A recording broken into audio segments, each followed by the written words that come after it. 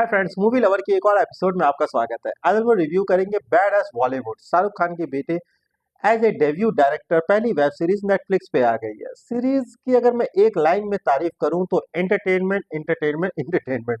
अपने पहले एपिसोड से ही जो प्रॉमिस सीरीज आपको करती है वो आखिरी के 7वें एपिसोड तक मेंटेन रखती है। पहला एपिसोड थोड़ा लंबा है पर बाकी एपिसोड 30 से 35 मिनट के हैं, तो आप कंटिन्यू भी इसे खत्म कर सकते हो और आप इंटरटेन करोगे। सीरीज की स्टोरी वाइज बात करूं तो एक नौजवान की जिसकी पहली फिल्म रिलीज होती है और वो ब्लॉकबस्टर हो जाती है, फिर उसको एक प्रोडक्शन हाउस 3 फिल्मों का कॉन्ट्रैक्ट देना चाहता है।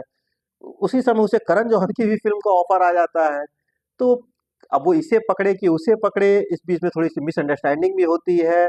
सीरीज की स्टोरी अच्छी है, ऐसा नहीं है कि स्टोरी वाइज अगर आप देखोगे और पूरी आपको ओम शांति ओम याद होगा। वो फ़िल्म की स्टोरी नॉर्मल थी, पर इतने कैमियोज़ इतने एंटरटेनिंग तरीके से उस मूवी में सब कुछ प्रेज़ेंट किया गया था ना, कि हम लोग पूरी मूवी भर एक स्माइल चेहरे पे बनी हुई थी। इस सीरीज़ के साथ भी कुछ ऐसा है। कुछ वो अवार्ड वाला सीन तो ओम शांति ओम का भी आपको याद दिला देगा। फ़िल्म का जब 7वां एपिसोड आता है, क्लाइमेक्स मैं गेस कर रहा था कहीं कुछ ब्लफ मास्टर जो अभिषेक बच्चन की थी, कुछ वैसी स्टोरी तो नहीं चल रही है। पर यार जो क्लाइमेक्स खुलता है ना, वो सच में मेरे लिए ही इरिटेटिंग था। वो थोड़ा-सा मुझे अजीब लगा, पर ओवरऑल सीरीज़ ने मुझे एंटरटेन किया और लास्ट में मैं यही सोच रहा था कि जो मैं गेस कर रहा था अगर वही होता तो ज़्यादा बेटर होता। पर सीरीज़ ओवरऑल ठीक है। जितने भी कैमियोज़ आपने देखे थे पहले दूसरे एपिसोड में ही सारे कैमियोज़ आपको दिख जाएँगे। शाहरुख खान का कैमियो 6वें एपिसोड में आता है।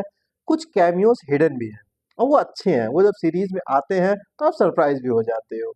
खास तौर पे 7वें एपिसोड में जो बंदा दिखता है। ओवरऑल ये एक वन टाइम वॉच है, आप एंटरटेन करोगे। और लास्ट वाला जो 7वां एपिसोड है वो तो एकदम किसी हिंदी फ़िल्म की स्टोरी की तरह फ़ास्ट पेस में चलता रहता है, जो मज़ा देता है।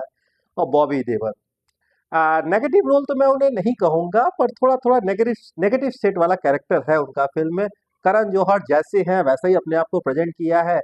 अच्छा, 80s 90s के दौर की जो ऑडियंस थी, उन्हें लगता था कि हीरो ही अपने सारे स्टंट करता है, हीरो बाइक भी चला लेता है, एरोप्लेन भी चला लेता है, डांस भी कर लेता है, गाना भी कर लेता है, पर आज के समय पे कहीं न कहीं ऑडियंस समझदार हो चुकी है। तो कुछ चीज़ें पहले से सेट है कि हाँ, ये स्टंटमैन कर रहा है, तो ये सीन वीएफएक्स से बनाया गया है, पर इस चीज़ को और डिटेलिंग में पहले दूसरे एपिसोड्स में शूटिंग्स कैसे होती है, वो भी दिखाई गई, तो वो अच्छा लगता है। तो ओवरऑल ये वेब सीरीज आपको पूरी फैमिली के साथ आप एंजॉय कर सकते थे। पर कुछ चीजें देखिए, एक दो बिकनी सीन है, किस सीन हल्का फुल्का है तो उतना तो चलता है। पर यार 6वें एपिसोड में नहीं, सॉरी 7वें एपिसोड में कुछ ऐसा ये दिखा देते हैं जिसकी कोई नीड नहीं थी, और सिर्फ उस सीन की वजह से ये पूरी सीरीज आप फैमिली के साथ एंजॉय नहीं कर सकते। तो सीरीज ठीक है, फैमिली को छोड़ के आप अलग अलग फैमिली के सारे मेंबर्स इस सीरीज को देख सकते हैं। और शाहरुख खान का जो कैमियो होता है, जितना आपने देखा था उतना ही है। मैं सोच रहा था कुछ और दिखाएगा, बाकी फैमिली के बाकी मेंबर्स भी अगर आगे होते तो और मजा आता। मुझे लगा था गौरी खान का और जो उनकी डॉटर है उनका भी कैमियो था, पर वो सब कैमियोज नहीं थे, सिर्फ शाहरुख का ही कैमियो था। तो ओवरऑल ये एक वन टाइम वॉच है। इसकी कोई रिपीट वैल्यू तो मैं नहीं कहूँगा। जैसे ओम शांति ओम आपको याद होगा, बहुत स्टोरी उसकी नॉर्मल थी, पर फिल्म का प्रेजेंटेशन बहुत इंटरटेनिंग था।